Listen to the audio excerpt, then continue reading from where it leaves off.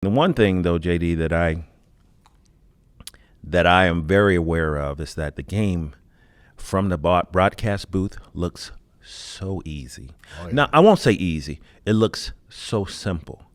And some of the feedback that I've got from the guys who have listened, who are currently playing, is that I have not forgotten how difficult the game is, no doubt. Albeit it does look much more simple from the broadcast booth. And I think there are players that the game came naturally. Junior, Barry Bonds, those kind of players. You would put that yourself in that category? Oh, absolutely not, dude. No chance. You were silky smooth, though.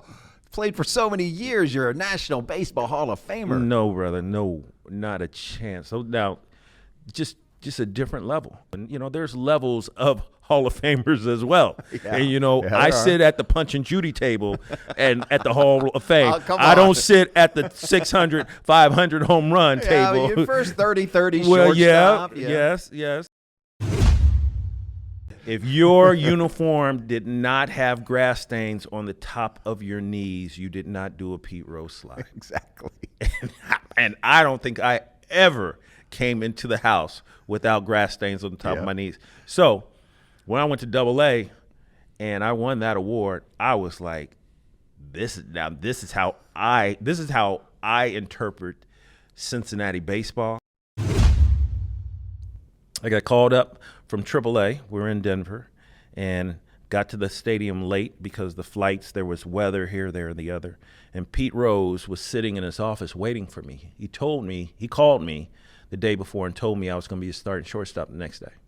Nice. And so next day comes, I'm traveling all day. I think I end up pulling into Cincinnati at 7 o'clock for a 7:35 game or something like that with no luggage, no anything. That's another story. That's a long story. So Pete Rose comes up, shakes my hand, and he said, "I've been waiting for you." And then I walk in and say, "Hi, Skip." I had not met Pete personally. So it was my first time really meeting him. So gracious. I was on cloud 9, and he said, "Larkin, your first day in the big leagues, and you're already late." He sat me down and said, "Hey, what do you have? What do you need?" "I have nothing. I need everything." So he let me use his shoes, Mizuno shoes, and his bat. My first big league game. Come on, I never knew that. You're wearing Pete Rose's shoes. Pete Rose's shoes and used his bat. My first at bat of my major league career. And I grounded out to shortstop. Never knew that. Yep. He waited for all the media to leave.